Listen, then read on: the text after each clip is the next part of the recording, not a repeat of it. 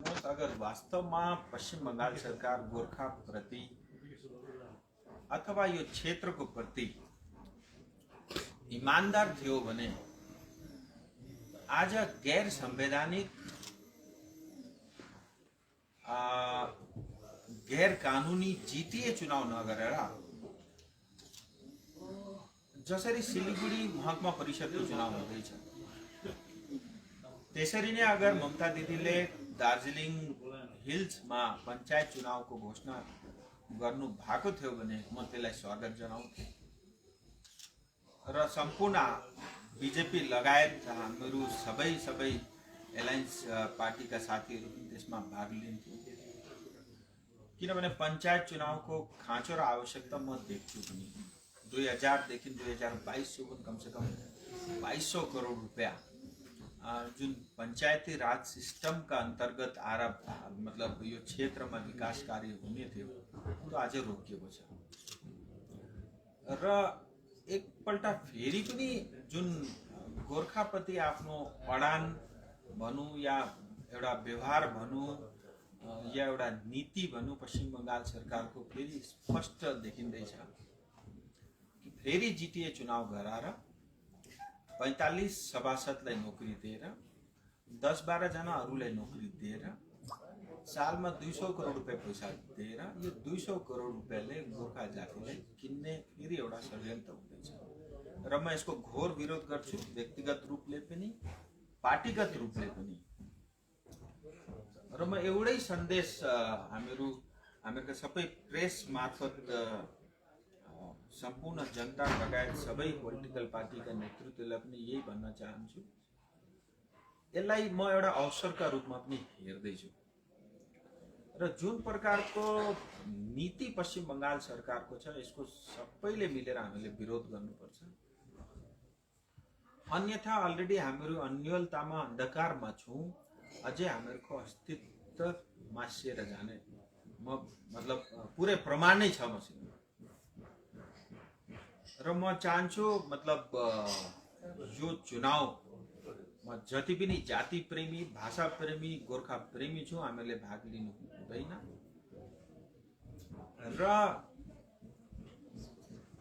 एउटा अर्को पनि प्रश्न अवश्य सबैका मनमा छ कि मतलब चलो हामीहरु जीटीए चुनावमा भाग नलिउँ तर केन्द्र सरकारको चाहिँ योजना के छ केन्द्र सरकारले चाहिँ के दिन्छ भन्ने एउटा स्वाभाविक रूपमा एउटा मनमा सबैको एउटा शंका पनि छ हेर्नुस् म स्पष्ट भन्न चाहन्छु धेरै ऐतिहासिक भूलहरू भएका छन् ब्रिटिश कालदेखि लिएर अहिलेसम्म हामीहरूले यो क्षेत्रमा हामीहरुबाट भनौं म कसै कुनै नेताको नाम त लिन्न तर पनि भूलहरू भएका छन् ती सबै भूलहरू सुधार्न पनि समय लाग्छ र गोर्खा जातिले चाहेको स्थायी समाधान भनिराख्नु पर्दैन अलग राज्य गोर्खाले नै र यी सबै विषय वस्तुमा समय पनि लाग्छ यति सरल पनि छैन कि मतलब मैले घोषणा गर्दै या केन्द्र सरकारले मैले भनिसक्दा घोषणा गर्दिन त्यति सरल पनि छैन तर भए पनि एउटा पोजिटिभ के छ भने वार्ता सुरु भइसकिरहेछ वार्ता डिस्कसन सुरु भयो सबैले आफ्नो कुरा राम्रोसँग राखे इन्क्लुडिङ अमेरिका अध्यक्ष साथै हुनुहुन्छ र जब एउटा पोजिटिभ वातावरणमा वार्ता स्टार्ट भयो पश्चिम बंगाल सरकारलाई पनि त्यसको हिस्सा बनायौं है हामीहरुको धेरै पार्टीको रिप्रेजेन्टेटिभहरु पनि त्यसका हिस्सा थिए तर अचानक त्यो वार्तालाई खतम पार्नका लागि मास्नका लागि आएर एकाएक आज जीटीए चुनावमा गराउँछु भनेको यसको सबैले मिलेर विरोध पनि गर्छ व्यक्तिगत रूपले मैले अघि पनि भने म यसको विरोध गर्छु र जो पनि एगेन्स्ट जीटीए खडा हुन्छ म त्यसका साथमा उभिएको हुन्छु किनभने राजनीति आफ्नो जग्गा छ तर कुनै राजनेताले गर्दा कुनै पनि क्षेत्रको या गोर्खा जातिको या कुनै पनि समाजको भविष्य अन्धकारमा जान दिनु हुँदैन अनि एकपल्ट अगर हामीले जीटीए चुनावमा गयौं भने मतलब हामीहरुको मतलब आउने पीढीले पनि हामीलाई माफ गर्नेवाला छैन र यो जाति प्रति जुन जीटीएको एउटा कलंक छ त्यो म एटलिस्ट म आफूमाथि चाहिँ लिन चाहदिन यति नै भन्नु थियो अरु तपाईहरुको के प्रश्न छ भने राजुजी एउटा कुरा के रहेछ नि तपाईले भन्नुभयो नि गभर्नमेन्ट अफ इन्डिया वा भारतीय जनता पार्टी का गभर्नमेन्ट 2 टर्म्स को गभर्नमेन्ट तपाईँहरूको पर्मानेन्ट पोलिटिकल सोल्युसन त 2019मा आयो, त्यो अगाडि थियो। गोर्खाको जुन एउटा डिमान्ड छ त्यसलाई तपाईँ एकदम पूर्णाङ्ग दृष्टिले हेर्ने, बट यो 8 इयर 10 इयर्समा यस्तो कि तपाईँहरू दार्जिलिङ पहाडलाई उपलब्ध गराउनु भयो तपाईँहरूको गभर्मेन्टले, न एउटा सेन्ट्रल युनिभर्सिटी दिनसकेको छ, न एउटा मेडिकल कलेज दिनसकेको छ। भएर तपाईँहरूलाई मान्छे किन ट्रस्ट गर्नु, अरू तपाईँको यो शब्दलाई किन मान्छेले विश्वास गर्नु? आपकी सरलता के लिए। देखिए, हमारा जो मांग है या हमारा जो डिमांड है या हमारा जो सपने हैं वो यूनिवर्सिटी नहीं है, वो डेवलपमेंट नहीं है, वो विकास नहीं है। और बहुत सरल है यूनिवर्सिटी देना या कोई भी डेवलपमेंट करना, हमारी वो प्रायोरिटी नहीं है और मेरी भी वो प्रायोरिटी नहीं है। ठीक है, वो एक मतलब आवश्यकता है, मैं समझता हूँ, बट आज जो पश्चिम बंगाल में विशेष करके दार्जिलिंग तराई डुवर्स की स्थिति है, मुझे लगता है हम मीडिया के साथियों को भी इसको बहुत गंभीरता से समझने की आवश्यकता है। आप देखिए, पंचायत चुनाव नहीं होता, किसी भी तरह का चुनाव नहीं होता, जीटीए जैसे एक गैर संवैधानिक जो है अनकॉन्स्टिट्यूशनल बॉडी थोपा जाता है। और आप मेरे से प्रश्न कर रहे हैं। देखिए, ये सब प्रश्न आप कभी राज्य सरकार से करिए ना, कभी मुख्यमंत्री से करिए, या जो नेता उनके साथ खड़े उनसे करिए। आप उनको ये पूछिए 2011 से 2022 11 सालों में अगर कोई जीटीए ने अपने पैसे से, अपने कानून से, अपनी पावर से अगर एक ब्रिज बनाया हो तो मुझे दिखा दो, मैं मान जाऊंगा, मैं उनको खड़ा बना के आ जाऊंगा।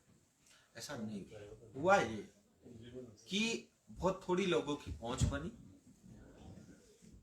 कलकत्ता पश्चिम बंगाल सरकार के आदेश के अनुसार उन्होंने काम किया, वो मालामाल हुए।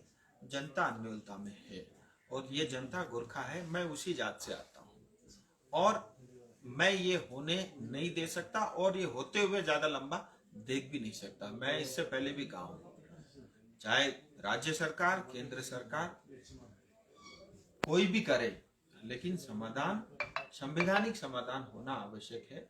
नहीं तो इसी तरह जो है, जब देश आजाद हुआ था पश्चिम बंगाल सबसे आगे था, पश्चिम बंगाल में दार्जिलिंग उससे भी आगे था, लेकिन ग्रेजुअली चलते चलते हम अंधकार की ओर जो है जा रहे हैं। मुझे लगता है इसका अंत होना चाहिए। पंचायत चुनाव के बारे में बात किया था आपने। पंचायत चुनाव तो सेंट्रल के हाथ में लटका हुआ ना। आपने 2 टायर भी करो और 3 टायर भी करो, सेंट्रल गवर्नमेंट का मतलब इशारा इसी तो होगा। गवर्नमेंट ऑफ वेस्ट बंगाल का तो 1 टायर करने का एबिलिटी है। प्रश्न पूछ लिया, मैं बाई चांस मोबाइल में ही थी और मुझे पता नहीं है, सपने आ रहे थे कि आप मिलोगे और पूछोगे जरूर। तो मेरे पास ये पत्र है 2020 का, डियर श्री M.V. राव को लिखा गया। आप चेक करना है, पश्चिम बंगाल पंचायती राज के IAS अफसर हैं। M.V. Rao, additional chief secretary Panchayati and rural development पश्चिम बंगाल सरकार। ये पत्र लिखा है डॉक्टर संजीव ने और ये भारत सरकार की तरफ से चिट्ठी है, joint secretary government of India, ministry of Panchayati Raj. मैं इसका ज्यादा लंबा नहीं पढ़ूंगा, सिर्फ लास्ट पेयर है। I therefore request you to take immediate necessary step to conducting gram panchayat election in the hilly area of Darjeeling district so that they become eligible to draw 14th Finance Commission grants onwards and take up development activity towards delivering basic service to their citizens. बाकी मैं नहीं बोलता, सब लिखा हुआ है। पंचायत चुनाव घोषणा कराने के लिए पश्चिम बंगाल सरकार को किसी ने नहीं रोका। जानबूझ के पंचायत चुनाव नहीं कराना और अवैध तरीके से, क्योंकि ये संवैधानिक चुनाव है, ये इलेक्शन कमीशन कराता है, लेकिन इसको नहीं कराना और गैर संवैधानिक चुनाव कराना, जिसको यहाँ के SD और BDO या ममता दीदी के चमचे कराते हैं। और मैं फिर कहता हूँ, जिम्मेदारी के साथ, अगर मैं सांसद रहते हुए ये होता है तो मुझे लगता है ये मेरे लिए भी अपराध है।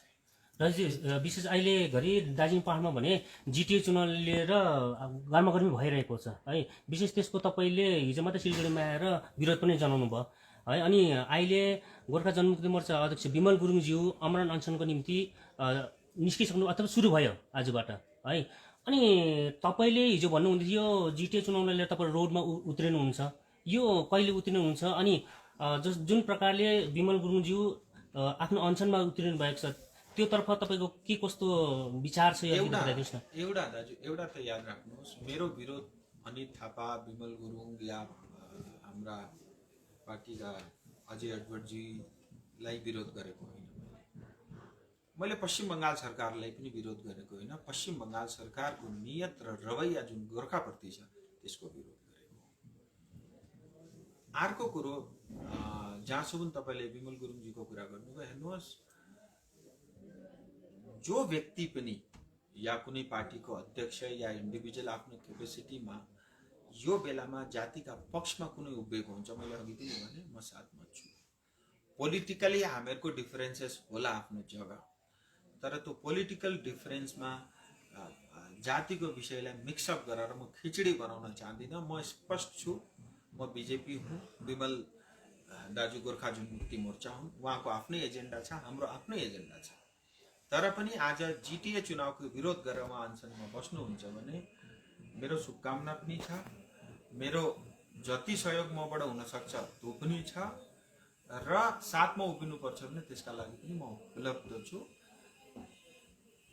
तेस्रो कुरो तपाईँले सोध्नुभयो, तपाईँले विरोध गर्ने, सडकमा उत्रिने, कहिले उत्रिने, कसरी उत्रिने, कहाँबाट हाम फाल्ने कुरा गर्नुभयो। म अहिले पनि प्रयासरत छु। कोर्टका थ्रु कानुनी प्रक्रियाले, किन भन्दा ममता दिदीले त सुन्दैन पनि, सुन्ने रहेन रहेछ पनि भन्ने स्पष्ट भइसक्यो अडान उहाँको। उहाँले त मासेरै छोड्छु, मतलब के अरे त्यो आतंकवादी माथि बुलडोजर युपीमा चलाए जस्तो गोर्खा माथि म बुलडोजर चलाएरै छोड्छु, उहाँले कसम खाइसक्नु भएको छ। र म अहिले पनि प्रयासरत छु कोर्टका थ्रु लिगली जिटिए, अझै पनि हामीहरूसँग धेरै टुल्सहरू छन्। म प्रयास गर्दैछु कोही खारिज होस् या स्टे होस्, त्यो पनि नहुँदाखेरि नभएको खण्डमा केन्द्र सरकार पनि छ, अनि त्यहाँ पनि भएन भने चाहिँ अनि देखा जाएगा उहाँले पनि बुलडोजर लिएर उत्रौँ भने हामीहरू पनि बुलडोजर लिएर उत्रौँला। त्यो थर्ड अप्सन हो, त्यो आएका बेला सोचौँला।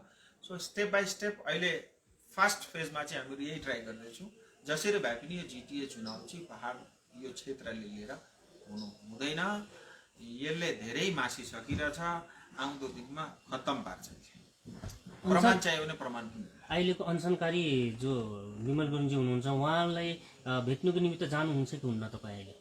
मेरो त्यो त व्यक्तिगत कुरा हो है, मलाई लाग्दैन त्यो सार्वजनिक गरिहाल्नुपर्छ होला भनेर। तपाईँहरू पश्चिम बङ्गाल सरकारको पुलिस त होइन, मिडियाका साथीहरू हुन् है। तर पनि एउटा मानवताको हिसाबले जस्तो तपाईँले के भन्नु भने अघि नै कुरा क्लियर गर्नुभयो, म पनि एउटा त्यो के अरे समुदायमा पर्छु होइन। तपाईँलाई भनिसके, हेर्नुहोस्, नबुझ्नेलाई श्रीखण्ड भने जस्तो के दोहोऱ्याइराख्नु। मेरा दाजु पनि हुन्, गोर्खा पनि हुन् है, जिटिए को विरोध पनि गर्दैछन् र गोर्खा समाजका लागि उभिएका छन् भने म जान्छु। कुन बेला जान्छु नसोध्नु। त्यसो भने त गोर्खा जनमुक्ति मोर्चा आज जुन प्रकारले है गोर्खा जनमुक्ति मोर्चा अध्यक्ष विमल गुरुङ आज स्वयं आज अनसनमा बस्नु भएको छ नि, तर उहाँहरूको त टेक त यो छ नि कि जिटिएको 396वटा मौजालाई अन्तर्भुक्त गरिएर जुन एउटा यहाँनिर जुन समाधान गर्छ भने चाहिँ हामी चुनावमा जान्छौँ भन्ने उहाँ। त्यसो भए त उहाँ त जिटिएको विपक्षमा त भएन नि। उहाँ जातिको हितका लागि जुन जिटिएको हामीले विरोध गर्दैछौँ त्यसका लागि अनसनमा बस्नु हुँदैछ। म एकदम उहाँलाई खजा चढाउन जानको लागि तयार छु। जहाँसम्म उहाँको टेक छ त्यो मलाई लिनु पनि छैन, बुझ्नु पनि छैन। मौजा त छोडिदिनु, ममता दिदीले मोजा पनि दिनु न हो। थर्ड इज, मैले अघि पनि भने, उहाँ अर्कै पोलिटिकल पार्टीको नेता हो, अध्यक्ष हो है, उहाँ अर्कै मतलब आफ्नै पोलिटिकल पार्टीको जेपी नड्डा हो, हामीहरूको पार्टी र अध्यक्ष अर्कै हुन्। उहाँको आइडियोलोजी अलगै छ, हाम्रो अलगै छ, हाम्रो आफ्ना आफ्ना रास्तामा छौँ। तर कुनै पनि व्यक्तिले समाजप्रति, जातिप्रति राम्रो काम गर्दैछ, सायद तपाईँलाई नलाग्ला, अहिले मेरा लागि त राम्रो काम गर्नु हुँदैछ, त म त खतरा लाउन जान त पाएँ नि त। त्यति मात्रै मेरो।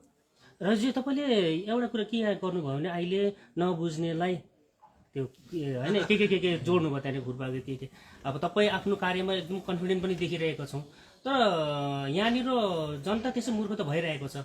किन हेर्नुहोस्, तपाईँको कार्यकाल सिद्धिन लागिरहेको छ होइन।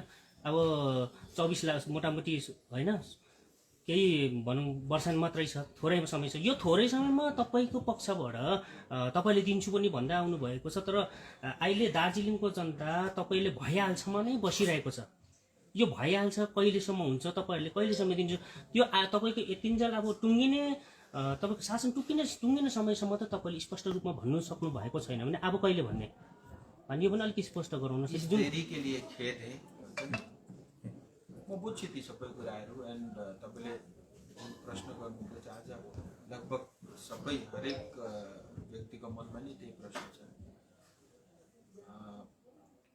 सरकारले ठानेको दिन 3, 4, 5 दिनको काम, र मैले अघि पनि भने हेर्नुहोस्, हामीहरूले सायद यहाँ होइन होला, अघि प्रेसमा मैले त्यही कुरा मैले त्यहाँ पनि राखेँ।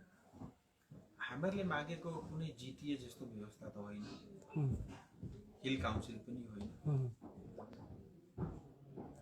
र भारतीय जनता पार्टीले स्थायी समाधान लेखेको र गोर्खा जातिले चाहेको भनेको अझै त्योभन्दा बढी ठुलो एउटा संवैधानिक चिज हो। मलाई थाहा छ त्यो पूर्तिका लागि कति मतलब खाना पूर्तिदेखि लिएर कति काम गर्नुपर्छ भन्ने, र समय लाग्दैछ, त्यो कुरा म पनि बुझ्छु। तर विश्वास राख्नुहोस्, अरू कसैले पनि गर्दैन, गर्ने भन्ने भारतीय जनता पार्टी हो, यही नरेन्द्र मोदीको सरकार हो, यही हाम्रो सरकार। र म पनि एउटा गोर्खा जातिको सांसद पनि हुँ है। मलाई पनि एउटा प्रमाण गर्नु छ कि म मणिपुरमा जन्मे तापनि मेरो शरीरको नसामा एउटै रगत बग्दैछ भन्ने कुरा मेरा लागि त झन् अरू एलायन्स पार्टीका साथी भन्दा जिम्मेदारी र जवाबदेही बेसी छ। त्यो कुरा म पनि बुझ्छु।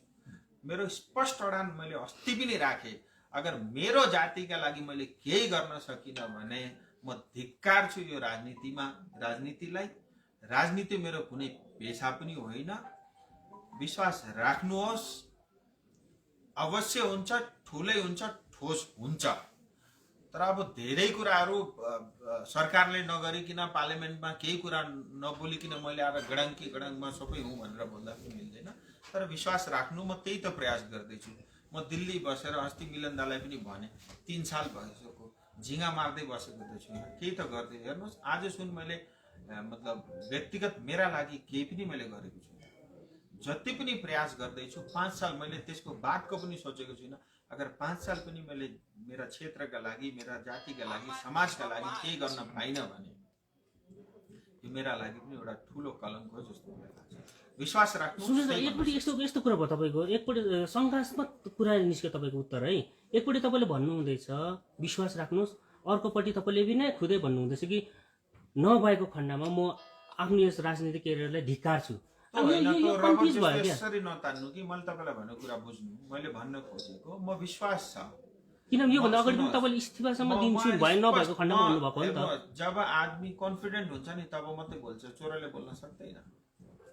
मलाई थाहा छ, मतलब मेरो आवश्यकता यो राजनीतिमा गोर्खा जातिका लागि कति छ भन्नु त भन्नु हुँदैन, ठुला कुरा गरेर यस्तो हुन्छ। तर म भर्खरै एउटा कार्यक्रममा पनि गएर आएँ, मेरो जातिले जब तक न्याय पाउँदैन तब तक म राजनीति गर्छु भनेर त्यहाँ आएँ। तर दुईटै कुरा अलग अलग भन्दैछु। मलाई विश्वास छ त्यो पार्टीले मलाई त्यति त भनिदिरहेछ होला नि, म गर्छु नआत्ती भनेर।